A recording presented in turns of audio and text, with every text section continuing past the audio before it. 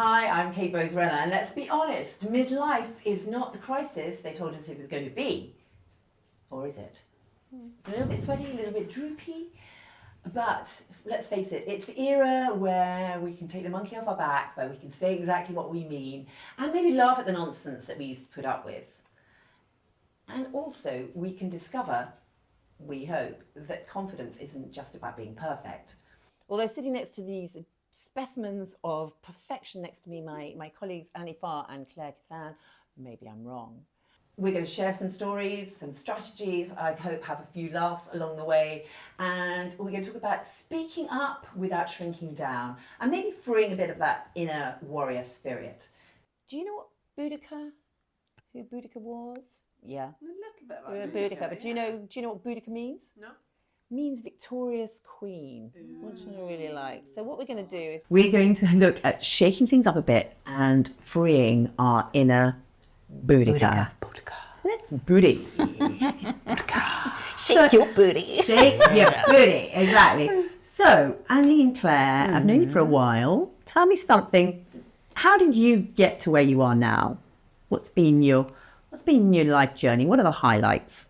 Oh, in what sense? Well, tell me something about your career, how you started. How did you get into communication coaching? Okay. Well, my background is in acting and performing. And Did you go to drama school? I went to university and did drama and English.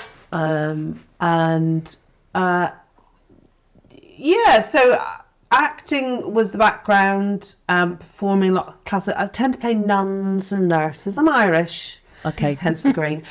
Tend to play nuns and nurses, lots of praying, lots of tutting. Yeah. And eating potatoes. And potatoes. And a bit of comedy and all the rest of it. And I got into training through being an actor because I met another actor who was doing coaching and training using the skills that actors have, the communication skills that actors have, and the voice work and all that stuff. Yeah. And then I got into coaching that way. So, so a lot of it is about using those skills that you pick up through training and through working with other people and stealing top tips and handy hints. And because you trained as an actor as well. Yes, I did. So I went to Bretton Hall, studied theatre arts there, was there for 3 years, and came down to London. So I was in Yorkshire. I'm originally from Cumbria, and then moved to Yorkshire, then came down to London and set up my own theatre company and went touring. And so worked in theatre, film, a little bit of TV, and I've recorded or narrated a number of audiobooks. And then very, very similar to your story, I sort of segued into the corporate world by training, coaching, working on leadership programs, but the essence of all the work that I've done is about communication and through voice work and presence and looking at big life changes, career transitions. And that's when I then took a qualification in executive coaching. And so that's taken me off into, another dual pathway where I'm coaching, I'm career coaching, I'm communication skills training, voice coaching, presentation skills. Wow. So, yes. A mistress of many skills. Yes. But also along the way, I worked at the BBC. You know how every actor, it's very, very difficult to survive as an actor, so you're always temping. So I ended up working for the BBC, for the World Service and Home Services and TV.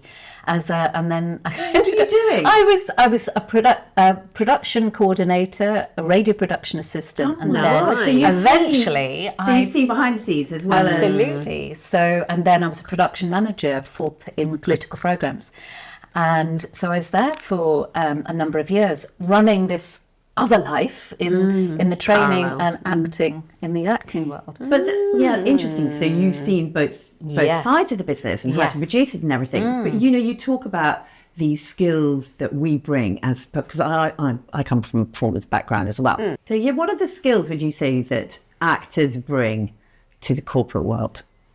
Well, I think that it transfers really well, doesn't it? Because it's being aware. I think a lot of people in the corporate world are not aware of the impact of the physicality and the impact of voice, and how important. If you look confident and sound confident, you will appear confident. And all actors know it is putting on a performance. It is putting on a mask. It is creating that impression. You can walk into a room as a character, and purely through your physicality, before you've even opened your mouth, you can create an impression. The audience will know that character's cross, that's a comedy entrance, that character's something's happened backstage, whatever it might be.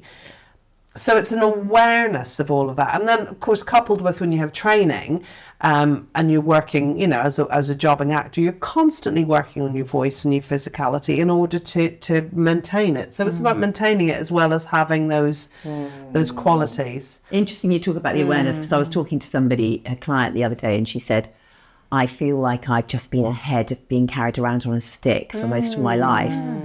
And I think we take it for granted that, you know, there is that level of connection with your body and awareness of how to breathe properly. Yeah. You know, people go, oh, what about breathing? Yeah. You must the know breath. about it because of your voice. It's so, you know, just connecting with the breath. I think people find that the most difficult thing. And that's such an interesting image there, walking around with the head on a stick. It's so sad. Because I was a client of mine, he said that he felt like for most of his life he'd been in the background carrying a heavy bag really slowly. In the background of his life. Yes. And it wasn't until he then tried singing, that's when he really started to connect with his voice. So we started, you know, looking at the breath work and how to support the voice. And you know, it's that sense of freedom and inner connection. And I think that is, that's one of the key, the basics, the foundations of making an impression. And when we hold ourselves, when we take control of our breath, that's when we can really begin with gravitas and grounding yourself. And it's interesting the number of times in training somebody goes, nobody's ever taught me how to breathe before. I don't know, I didn't know I was breathing. Something we do 25,000 times a day, and everybody goes, of course I know how to breathe. You just breathe in, you're like, it's something you lose. What do they say about the age of 6 or something when you go to school? Interestingly enough, I suppose, when all those tensions come in, all those judgments come in, suddenly we are these controlled little human beings. Looking back, is there your influences? You know, is there somebody? Was it at drama school or somebody before who you thought they're an amazing communicator, or you felt inspired by their storytelling or their joke telling, whatever it is? Is there somebody who comes to mind? Yes, immediately. And as you said, you know, the judgment all starts when you go to primary school. I actually suffered from selective mutism when I was 5, which is you just go silent. They say that it's like a choice that you step back. Do you remember why you chose to go speaking? I can't quite recall it. Maybe it was, maybe there was something around that change of environment, going to primary school, and sometimes that does happen. But I just remember completely shutting down, and I became disconnected from my voice. And at home and at school, or just when it was the hours at school? I was fine at home and with very close friends. And the teachers thought I was deaf.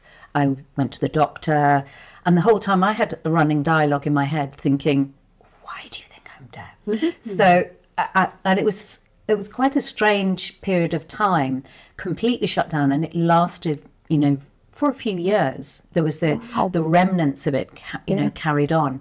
But it was the drama teacher. She was also a voice coach. And she identified that in me. And it was almost like she took me under her wing. She was an amazing communicator. She had just so much wonderful confidence and just a very beautiful person. And she coaxed my voice out and helped me to connect with it and to to find almost like the raw within me. And then she encouraged me by taking me through the Lambda Awards, and then there were the Carlisle and District, I think it was a music and drama festival, so every year I took part in them. But the interesting thing is I could only connect with my voice, with my breath, with the words when I was on stage. But then take me off stage, in public, shut right down. But she supported me all the way through to secondary school, and then encouraged me to go to drama college. Wow. And so Name the lady?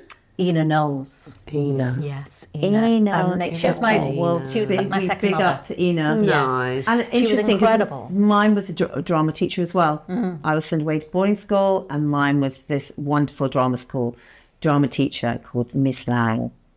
I can't remember what was her first name. Miss Lang, and she was like a mother to us. Yes. And she was that what you were saying about Ina, she was that kindness, drawing you out, seeing you amongst some very rather crabby, bitter and twisted old things. But Miss Lang stood out. Yeah. But it's the people who have the passion. Yeah. Passion for voice. And passion compassion of wanting to connect. Yes. Yeah, absolutely.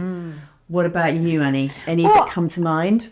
Not so much drama teachers and things like that, but I think my mum was a very good communicator, and I think she was a big influence. She, because I think a huge part of communication is listening, and she was it was ironic, bless her, she went deaf, but the fact that she was such a good listener was really impactful, and great at talking, and just great at my family are Irish, my dad was Irish. My mum was English, and my dad said that when they first got married, they went to Blarney, to Blarney Castle, and you're supposed to kiss the Blarney stone that gives you the gift of the gab. And he said that my mum must have taken a chunk out of the Blarney Castle. I was going to Blarney say stone. to both of you, actually, because I thought, your family comes originally from Ireland, don't you? On my mum's side, On your my mum's grandfather side. was from County Kerry. Because it's interesting you the selective mutism, because I'd say you are so much life and soul now of any situation, and both of you, I thought, have kissed, touched, whatever it is, taken a bit of a chunk out of I have kissed the Blarney stone. Oh, well, there you go. So I have. And yes. the gift, getting the gift of the gab. Well, that's just an speak. You definitely both have gift of the gab. So yeah, fantastic. But a lot of it is about listening as well, isn't it? It's about absolutely. reacting, isn't it? Yeah, because I think the years of my silence and wanting to hide away, I became an observer, and I listened in a very different way. And I was observing people's body language, listening to the tone of voice. And that's really helped with my coaching, because you have to really listen when you're coaching. And because you're reading much more than just listening to the words that people speak. You're reading the whole self. And, what they say might not be what you're reading the body language. So they might be holding on, holding back something. So tell me more about body language and the importance of body. They call it a language, which is quite weird, isn't it? Yes, yeah. Well, I think so much of what you're thinking can, just moves into your body. I was doing this workshop with Boudica Shabby at the Henley Business School. And the one phrase he said was that the body never lies. So whatever's going on inside, whatever emotion you're feeling, whatever your thoughts you're thinking, it will come through the body. And often that's where you can get the real communication. So the body language, I mean, it could be quite closed, but you're saying, yeah, absolutely, I'm so comfortable with this. I'm really happy. I'm really happy about being here. I'm loving it. Yeah. And Your body's saying completely opposite. Yes, exactly. And what we do when we communicate, say if this is the first time I met you, I would be literally scanning you, mapping you for connections. So I'd be reading, and it goes back to the savannah, where can I trust you? So I'm looking at your body language. Can I trust you? Are you going to kill me, or are we going to like each other? Can we have a chat and a cup of tea? So that's what we do. And so therefore, in terms of impressions that you make, you have to be thinking, you know, if I'm really uncomfortable in this situation, it's going to show. You know, and when you go to a networking event or something, and you're going, oh hi, you know, and swaying or the swaying, yeah. you know, that's saying something and it's a completely lot different. going back to being swaying, Wanting you know, to be and cuddled, cuddles and have a baby in your arms, and it's interesting, isn't it? If I'm watching somebody with a baby now, I'll just start you'll going start like laughing. this. Even if I'm not holding the baby, I'm like, what are you doing? You're a crazy lady. Yeah. But I remember when we met and we were doing a course together. It was so funny because we sat down and we were like, connection. Yeah. And the people running the course, they actually said to us, you two, Split up. we're splitting you up. I don't think you're never going to be in the same group together. The naughty girls. And this was a couple of years ago. So Yeah. we were well in our prime. Yeah. So it's like being told that we were naughty kids and we couldn't be so sitting funny. next to each other was so funny. Oh, it was Anyway. hilarious. Yeah. We've got our own But back that was because the we connections. work together. So Yeah. it's Exactly. wonderful. What about, have there been moments when you've thought, oh gosh, I can't do this. I really can't do this. Whether it's like micro moments or long periods when you thought, I really feel undermined. My confidence feels undermined. I can't show up in the way I want to.